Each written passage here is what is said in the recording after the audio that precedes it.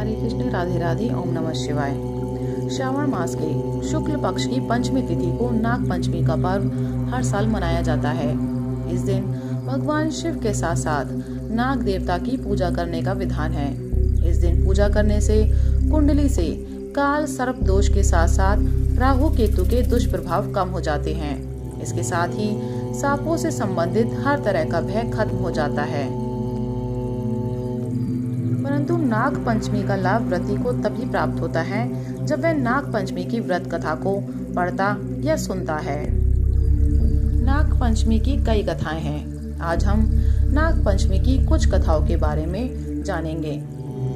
एक पौराणिक कथा के अनुसार अर्जुन के पौत्र और राजा परीक्षित के पुत्र जन्मेजय ने सांपों से बदला लेने और नाग वंश के विनाश के लिए एक नाग यज्ञ किया, क्योंकि उनके पिता राजा परीक्षित की मृत्यु तक्षक नामक सर्प के काटने से हुई थी।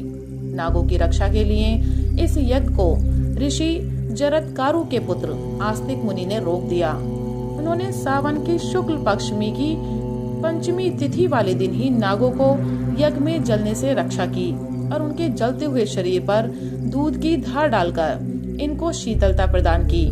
उस समय नागों ने आस्तिक मुनि से कहा कि पंचमी को जो भी मेरी पूजा करेगा उसे कभी भी नाग के काटने से मृत्यु का भय नहीं रहेगा। तभी से पंचमी तिथि के दिन नागों की पूजा की जाने लगी। ऐसी मान्यता है कि जिस दिन इस यज्ञ को रोका गया उस दिन श्रावण मास की शुक्ल पक्ष की पंचमी तिथि थी। उस दिन तक्षक नाग तथा उसका शेष बचा वंश विनाश से बच गया। मान्यता है कि यहीं से नाग पंचमी पर्व मनाने की परंपरा प्रचलित हुई। एक और प्रचलित कथा के अनुसार नाग पंचमी के दिन ही भगवान श्री कृष्ण ने कालिया नाग का अहंकार तोड़ा था और नाग पूजा का महत्व बताया था। कथा के अनुसार पाताल लोक में कहीं एक जगह नागलोक था, जहां मानव आकृति में नाग रहते थे। कहते हैं कि 7 तरह के पाताल में से एक महातल में ही नागलोक बसा था, जहां कश्यप की पत्नी कद्रु और क्रोध वशा से उत्पन्न हुए अनेक सिरों वाले नाग और सर्पों का एक समुदाय रहता था। उनमें कहुक, तक्षक, कालिया और सुषेण आदि प्रधान नाग थे। नाग देवों की माता का नाम कद्रु और पिता का नाम कश्यप था। नाग देवों की बहन माँ मनसा देवी हैं। शिव जी के गले में वासुकी नामक नाग लिपटा रहता है। भगवान विष्णु जी शेष नाग की शैया पर सोते हैं। खांडव वन में जब आग लगाई थी तो अश्वसेन नामक नाग बच गया था, जो अर्जुन से बदला लेना चाहता था। राजा परीक्षित तो जब तक्षक नाग ने डस लिया था तो उनके मरने के बाद उनके पुत्र जन्मेजय ने नाग यज्ञ करके सभी नागों को मार दिया था, जिसमें वासुकी, तक्षक और कर्कोटक नामक नाग बच गए थे। वासुकी और तक्षक को इंद्र ने बचाया तो कर्कोटक उज्जैन में महाकाल के शरण में रहकर बच गए। इस तरह नागों की पूजा का विशेष रूप से महत्व माना जाता है। एक और पौराणिक कथा के अनुसार प्राचीन काल में एक सेठ जी के 7 पुत्र थे। 7 के विवाह हो चुके थे। सबसे छोटे पुत्र की पत्नी श्रेष्ठ चरित्र की विदुषी और सुशील थी, परंतु उसके भाई नहीं था। एक दिन बड़ी बहू ने घर लीपने को पीली मिट्टी लाने के लिए सभी बहुओं को साथ चलने को कहा, तो सभी खुरपी लेकर मिट्टी खोदने लगी। तभी वहाँ एक सर्प निकला, जिसे बड़ी बहू खुरपी से मारने लगी। यह देखकर छोटी बहू ने उसे रोकते हुए कहा, मत मारो इसे, यह बेचारा निरपराध है। यह सुनकर बड़ी बहू ने उसे नहीं मारा। तब सर्प एक और जा बैठा। तब छोटी बहू ने उससे कहा, हम अभी लौट कर आते हैं, तुम यहाँ से जाना मत। यह कहकर वे सबके साथ मिट्टी लेकर घर चली गई और वहाँ काम काज में फंसकर सर्प से जो वादा किया था वो उसको भूल गई। उसे दूसरे दिन वह बात याद आई तो सबको साथ लेकर वहाँ पहुँची और सर्प को उस स्थान पर बैठा देखकर बोली, सर्प भैया नमस्कार। सर्प ने कहा, तू भैया कह चुकी है इसलिए तुझे छोड़ देता हूँ, नहीं तो झूठी बात कहने के कारण तुझे अभी डस लेता। मैं बोली, भैया मुझसे भूल हो गई, उसकी क्षमा मांगती हूँ। तब सर्प बोला, अच्छा तू आज से मेरी बहन हुई और मैं तेरा भाई हुआ, तुझे जो मांगना हो मांग ले। मैं बोली, भैया मेरे कोई नहीं है, अच्छा हुआ जो तू मेरा भाई बन गया। कुछ दिन व्यतीत होने पर वह सर्प मनुष्य का रूप रखकर उसके घर आया और बोला कि मेरी बहन को भेज दो। सबने कहा इसके तो कोई भाई नहीं था। तो वह बोला मैं दूर के रिश्ते में इसका भाई हूँ, बचपन में ही बाहर चला गया था। उसके विश्वास दिलाने पर घर के लोगों ने छोटी बहू को उसके साथ भेज दिया। उसने मार्ग में बताया कि मैं वही सर्प हूँ, इसलिए तू डरना नहीं और जहाँ चलने में कठिनाई हो वहाँ मेरी पूंछ पकड़ लेना। उसके कहे अनुसार ही किया और इस प्रकार वह उसके घर पहुँच गई। वहाँ के धन ऐश्वर्य को देखकर वह चकित हो गई। एक दिन सर्प की माता ने उससे कहा, मैं एक काम से बाहर जा रही हूँ, तू अपने भाई को ठंडा दूध पिला देना। उसे ये बात ध्यान न रही और उसने गरम गरम दूध पिला दिया, जिसमें उसका मुंह बुरी तरीके से जल गया। यह देखकर सर्प की माता बहुत क्रोधित हुई, परंतु सर्प के समझाने पर शांत हो गई। तब सर्प ने कहा कि बहन को अब उसके घर भेज देना चाहिए। तब सर्प और उसके पिता ने बहुत सा सोना, चांदी, जवाहरात, वस्त्र, आभूषण आदि देकर उसे उसके घर पहुंचा दिया। ढेर सारा धन देकर बड़ी बहू ने ईर्ष्या से कहा, भाई तो बड़ा धनवान है, तुझे तो उससे और भी धन लाना चाहिए। सर्प ने यह वचन सुना तो सब वस्तुएं सोने की लाकर दे दी।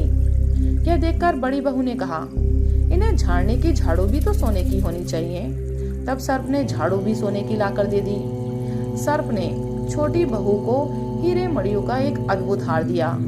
उसकी प्रशंसा उस देश की रानी ने भी सुनी और वह राजा से बोली कि सेठ की छोटी बहू का हार यहाँ आना चाहिए। राजा ने मंत्री को हुक्म दिया कि उसे वह हार लेकर शीघ्र उपस्थित हो। मंत्री ने सेठ जी से जाकर कहा, महारानी जी छोटी बहू का हार पहनेंगी, वे उसे मुझे लेकर दे दो। सेठ जी ने डर के कारण छोटी बहू से हार मंगाकर दे दिया। छोटी बहू को यह बात बहुत बुरी लगी। उसने अपने सर्प भाई को याद किया और आने पर प्रार्थना की, भैया रानी ने हार छीन लिया है, तुम कुछ ऐसा करो कि जब वह हार उसके गले में रहे तब तक के लिए सर्प बन जाए और जब वह मुझे लौटा दे तब हीरो और मणियों का हो जाए। सर्प ने ठीक वैसा ही किया। जैसे ही रानी ने हार पहना वैसे ही वह सर्प बन गया। यह देखकर रानी चीख पड़ी और रोने लगी। यह देखकर राजा ने सेठ के पास खबर भेजी कि छोटी बहू को तुरंत भेजो। सेठ डर गए कि ना जाने राजा क्या करेगा। वह स्वयं छोटी बहू को साथ लेकर उपस्थित हुए।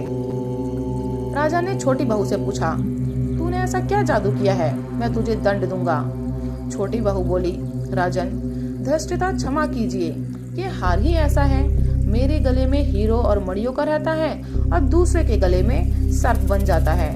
यह सुनकर राजा ने वह सर्प बना हार उसे देकर कहा, अभी पहनकर दिखाओ। छोटी बहू ने जैसे ही उसे पहना वैसे ही वे हीरो मणियों का हो गया। यह देखकर राजा को उसकी बात का विश्वास हो गया और प्रसन्न होकर उसे बहुत सी मुद्राएं भी पुरस्कार में दी। छोटी बहू वे अपने हार सहित घर लौट आई।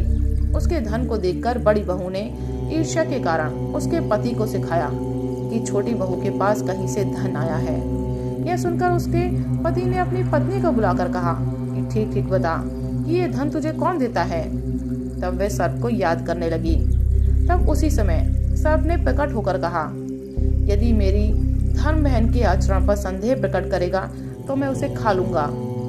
यह सुनकर छोटी बहू का पति बहुत ही प्रसन्न हुआ कि ये इसका भाई है और उसने सर्प देवता का बड़ा सत्कार किया। उस दिन से नाग पंचमी का त्योहार मनाया जाता है और स्त्रियां सर्प को भाई मानकर उसकी पूजा करती हैं। एक अन्य मान्यता के अनुसार जब समुद्र मंथन हुआ तब किसी को भी रस्सी नहीं मिल रही थी। इस समय वासुकी नाग को रस्सी की तरह इस्तेमाल किया गया था। जहां देवताओं ने वासुकी नाग की पूंछ पकड़ी थी, वहीं दानवों ने उनका मुंह पकड़ा था। मंथन में पहले विष निकला था, जिसे शिव भगवान ने अपने कंठ में धारण किया और समस्त लोक की रक्षा की। वहीं मंथन से जब अमृत निकला तो देवताओं ने इसे पीकर अमृत को प्राप्त किया। इसके बाद से ही इस तिथि को नाग पंचमी के पर्व के तौर पर मनाया जाता है। एक और कथा इस प्रकार है। एक बार किसी गांव में एक किसान रहता था। किसान के एक बेटी और दो बेटे थे। किसान बहुत मेहनती था। अपने परिवार के पालन पोषण के लिए वो खुद हद चलाता था। एक दिन हल जोतते हुए किसान ने गलती से एक नागिन के अंडों को कुचल दिया और सभी अंडे नष्ट हो गए।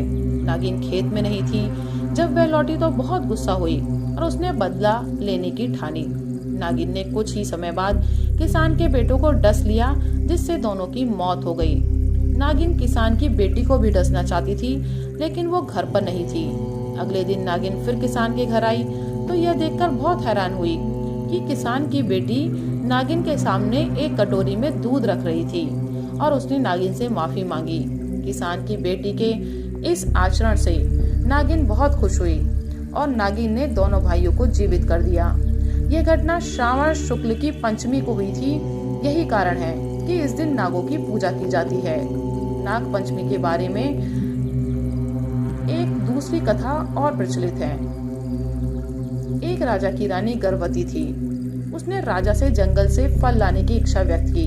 राजा वन से करेली तोड़ने लगा, तभी वहां नाग देवता आ गए और उसने कहा कि तुमने मेरी आज्ञा के बिना करेली क्यों तोड़ी।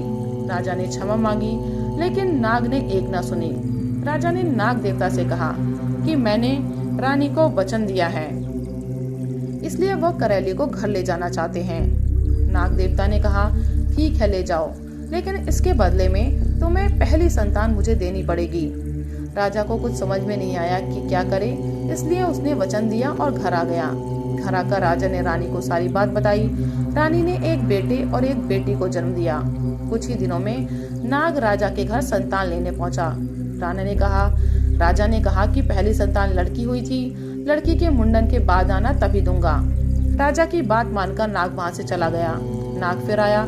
राजा ने नाग को कहा कि शादी के बाद आना, लेकिन नाग ने सोचा कि शादी के बाद तो पिता का पुत्री पर कोई अधिकार ही नहीं रहता, इसलिए नाग ने लड़की को उठा ले जाने की योजना बनाई। एक दिन नाग राजा की बेटी को उठाकर ले गया और राजा को बता दिया। राजा ने जैसे ही बेटी को ले जाने की बात सुनी, उसी समय राजा की मृत्यु हो गई। राजा की मृत्यु की खबर सुनकर रानी भी मर गई। अब घर में राजा का लड़का अकेला रह गया। राजा के बेटे को उसके रिश्तेदारों ने लूट लिया और भिखारी बना दिया। राजा का बेटा भीख मांगने लगा।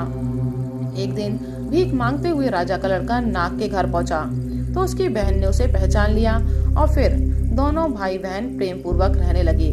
तभी से ये त्योहार मनाया जाता है। राधे राधे, हरे कृष्ण, ओम नमः शिवाय।